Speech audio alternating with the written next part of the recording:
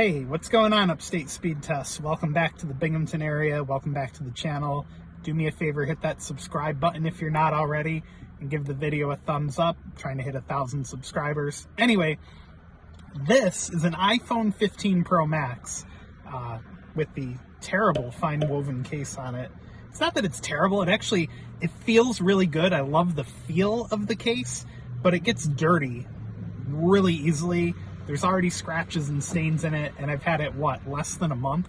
Might be a new record for me. Anyway, this is the 15 Pro Max. Today might be the very first day, if not close to it, that the phone can actually connect to Dish Network in my area. So we're going to go to 3 different cell tower sites and see what kind of speeds we can get. And I know I'm connected to Dish because the ping times are much lower than the AT&T roaming. And in the service menu, I can see that I'm connected to standalone, which the only way that would happen is if I was connected to Dish Network. And shout out to the people on Discord who told me that it's happening. Otherwise, I may not have known about it. So yeah, let's go test, and I'll show you guys the first tower we're going to look at today. All right, well, here's the first site I was going to test for you guys. However, the phone has slipped back to AT&T roaming and refuses to connect. But when I was connected, the site was not producing great speeds. I was getting like 12 to 19 down or something like that. I'll put the screenshots over on the side there for you to see. But nonetheless, very interesting to be connected to Dish's native 5G network at all, right next to this extremely busy McDonald's. So here's what oh, it might be going back to, there's YouTube Analytics. Might be going back to Boost. Let's see what happens. Now, when it switches between providers, what you do notice is the bars will disappear for a second and then come right back. So there we go. We're connected to Boost Infinite again, or Boost Native Towers, and those speeds aren't tragic. Those are pretty good. 59 millisecond ping, 103 down. 14 on the up, 15 on the up. So yeah, all in all, these are very usable speeds. I'm not going to run T-Mobile for you guys and Verizon just because it would make a long video, and I've already tested here in the past, but these speeds are competitive with Verizon, but not even close to T-Mobile. T-Mobile on this site can pull, well, now, recently it was just updated, it can pull gig service. Alright guys, we are at our second Dish Wireless tower. This site was built for Blue Wireless, who ended up exiting the cellular business. They sold all their assets to Verizon in terms of spectrum, and the towers are now all sold off, or run by, I should say, a company called Upstate Tower, or Tower Dogs, and I think there might be another brand name. But anyway, if I'm wrong, let me know. So here's a speed test on Dish Wireless on this site. Now, this is the second site in a row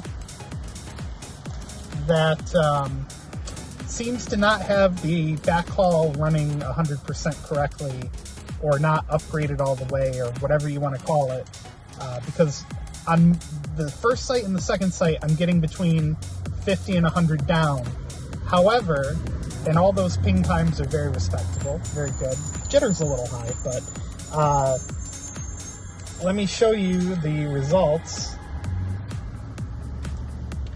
On the way over here, I did pass a site that I was getting close to 400 down on some tests. So you can see 335, 348, 298, 224. So very impressive results. And these speeds that I'm getting here are far better than Verizon in this plaza, but nowhere near T-Mobile. Those 300 down tests I was getting were, very competitive with mid-band, and Dish doesn't really have a ton of high-band spectrum online yet that I know of. Like they're running N71 on a lot of the towers that I've looked at so far. Anyway, another thing I've noticed, the Speedtest app seems to not play nice with Dish's network. I've had it fail to connect a bunch of times despite still having usable service, so I don't know what that's all about. The only workaround I found for this is restarting the Speedtest app and trying again. Yeah, see, there it goes again. It's been doing this a lot. I don't understand what the deal is here.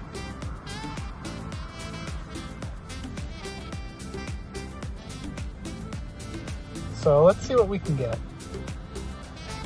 I think we may actually be in a null sector here, just based on what the direction of the panels look like. But again, still very usable speeds. Better than Verizon in this plaza anyway. And again, if you're not familiar with Dish, Dish is all 5G technology. There's no legacy fallback. It's all 5G. And I'll show you guys the other cool thing here. Is that the speeds on video are not throttled at all. So yeah, there you go. I have noticed the fast.com test will sometimes pull slightly better results than speedtest.net, at least here on Boost Infinite. So yeah, 50 millisecond unloaded, 431 loaded, and the upload's close to 30, or was anyway.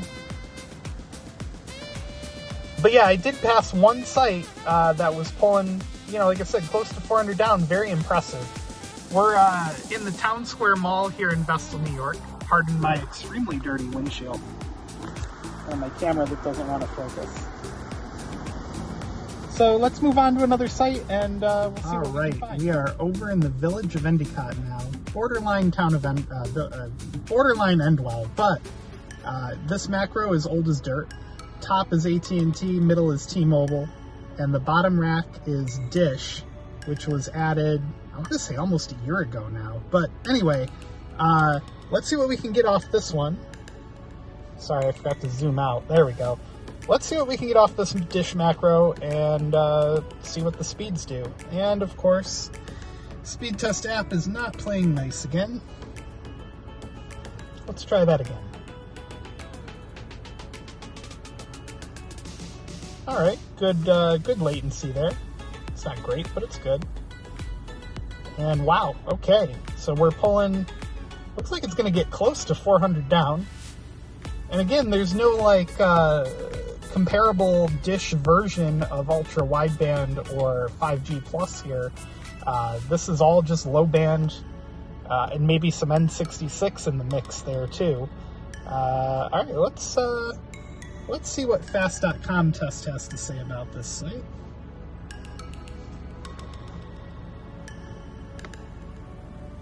Very good. Oh, wow, that was quite the spike there. It spiked up to 600 down for a second, but that could just be the app being a little glitchy. 410 on the down for fast.com. 52 unloaded latency, 140 on the loaded.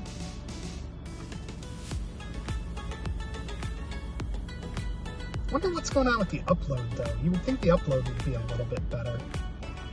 I'm finding the upload is not really ever breaking 20 on Dish Native. So that's interesting to see. And let's see. Let's do, just for kicks, let's do an NPerf.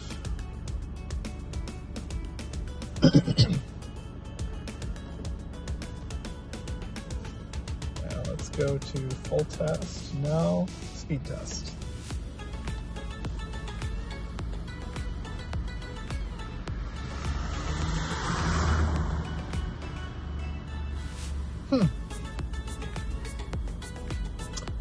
Yeah, I highly doubt this is Dish's network doing this.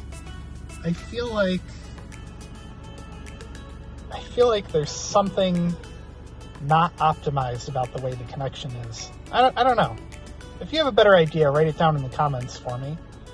So there we go, NPerf. Going to be one of the slower tests here.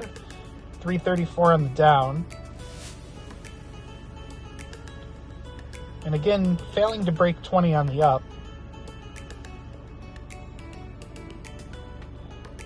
And the latency is a little bit higher on NPerf.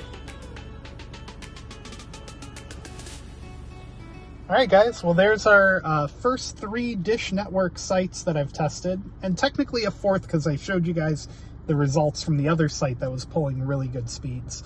Anyway, be sure to give the video a thumbs up if you liked it. Hit subscribe down below so that you don't miss our next set of tests on Dish Network. And yeah, this is very exciting. Finally getting to run the new iPhone 15 Pro Max on the all 5G Dish native network. Thanks for watching.